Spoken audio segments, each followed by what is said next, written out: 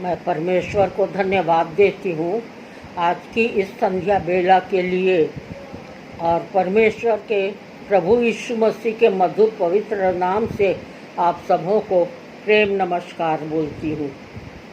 परमेश्वर को धन्यवाद देने की जहाँ तक बात है, इस मीटिंग में जो कि एक कंडोलेंस मीटिंग है, शायद बहुतों को नागवार गुजरे, लेकिन हम मसीही हैं और वचन कहता है हर बातों में परमेश्वर को धन्यवाद दो। और पौलुस कहता है मैं अपनी दुर्बलताओं पर भी घमंड करता हूँ और परमेश्वर को धन्यवाद देता हूँ, क्योंकि जब जब मैं दुर्बल होता हूँ परमेश्वर की सामर्थ्य मुझ पर प्रकट होती है। तो हमारे दुख के क्षणों में परमेश्वर हमारे पास रहता है, उसकी उपस्थिति हमारे जीवनों में होती है, हमें शांति देता, हमें दुखों से मुक्त करता है, हमारी सहायता करता है। मैं इस समय शीला के लिए कुछ बोलूँगी। जब वो शादी करके आई, वो बहुत छोटी लड़की थी, उसने 8वीं तक की परीक्षा दी थी, पर उसके अंदर एक लगन थी आगे बढ़ने की, प्रयास करने की। और उसने मेरे पति से और मेरे जेठ श्री एन.के. सैमुअल भैया से निवेदन किया कि उसकी सहायता करें। वो उसने प्राइवेट परीक्षा दी और इन दोनों की सहायता से और मेरी बेटी मीनाक्षी की सहायता से उसने मैट्रिक की परीक्षा दी और एक प्रयत्न में ही भी वो सफल हो गई। उसके अंदर लगन थी सीखने की। पारिवारिक जिम्मेवारियों के साथ साथ इतनी छोटी उम्र में इतनी बड़ी इच्छा होना और उसके लिए प्रयास करना बहुत बड़ी बात है। उसके बाद उसको और आगे बढ़ने की इच्छा थी। उसने बालवाड़ी में काम किया और आगे बढ़ती चली गई। उसका काम इतना प्रशंसनीय था कि अधिकारियों ने उसको प्रमोशन दिया, वो सुपरवाइज़र तक बनी, उसका ट्रांसफ़र जयपुर हो गया। और उसके बाद भी उसने परिवार की जिम्मेवारियों को निभाई।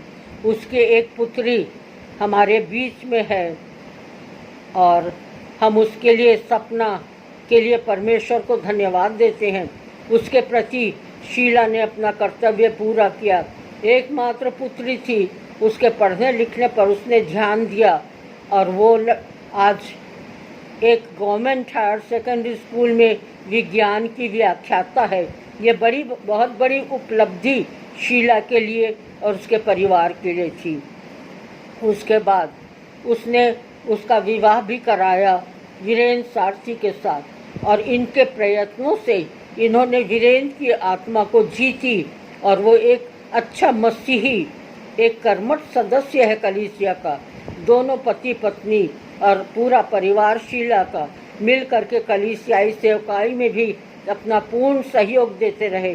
इतना ही नहीं, सपना की दोनों बेटियों को भी इन्होंने मसीही संगति में बढ़ाया और बाइबल का अध्ययन वो बहुत शौक से और प्रेम से करती हैं। हम धन्यवाद देते हैं शीला के जीवन के लिए। उसने बड़ों के प्रति, छोटों के प्रति जो भी उसका कर्तव्य था उसने पूरा किया। उसको इस बात का ख्याल था कौन बड़े हैं, कौन मुझसे छोटे हैं। जब उसने अपनी नौकरी समाप्त की और रिटायर हुई, पूरी नौकरी पूरी करके, तो उसने अपने घर का निर्माण कराया और उस घर का उद्घाटन भी उसने कराया। वो उसके जन्मदिन का दिन था, बहुत खुशी का दिन था उसके लिए। और जब फीता काटने का वक्त आया और सुरेश और शीला से कहा गया कि आकर फीता काटें, उन्होंने अपनी गरिमा प्रकट करते हुए, अपने कर्तव्यों को याद करते हुए उन्होंने कहा हमारे बड़े हैं और जो यहाँ हमारे बड़े हैं वो फीता काट कर पहले प्रवेश करेंगे और हम उनके पीछे। और उन्होंने भैया एन.के. सैमुअल से फीता कटवाया और उनके पीछे दोनों पति पत्नी मुझे अच्छे तरह से संभाल कर लेके गए और पहले भैया ने और फिर मैंने घर में प्रवेश किया और तब वो मेरे साथ प्रवेश किए। लेकिन उसका प्यार परिवार के प्रति था। जब हम प्रवेश कर गए वो मेरे से चिपट के बहुत रोई, क्योंकि उसको मेरे पति की याद आई और उनको इसने याद किया। हरेक के प्रति इसके हृदय में प्रेम था, हरेक के प्रति इसके हृदय में कर्तव्य था।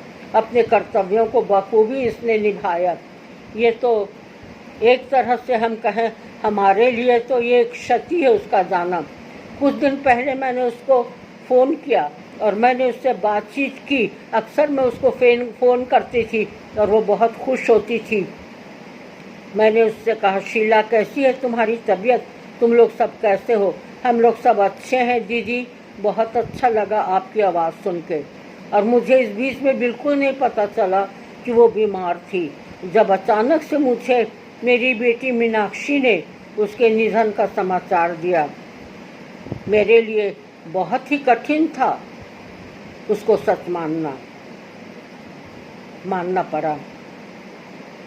परमेश्वर को धन्यवाद देती हूँ उसके विश्वास के लिए, उसके जीवन के लिए, और प्रार्थना करती हूँ उसके शोकित परिवार को शांति।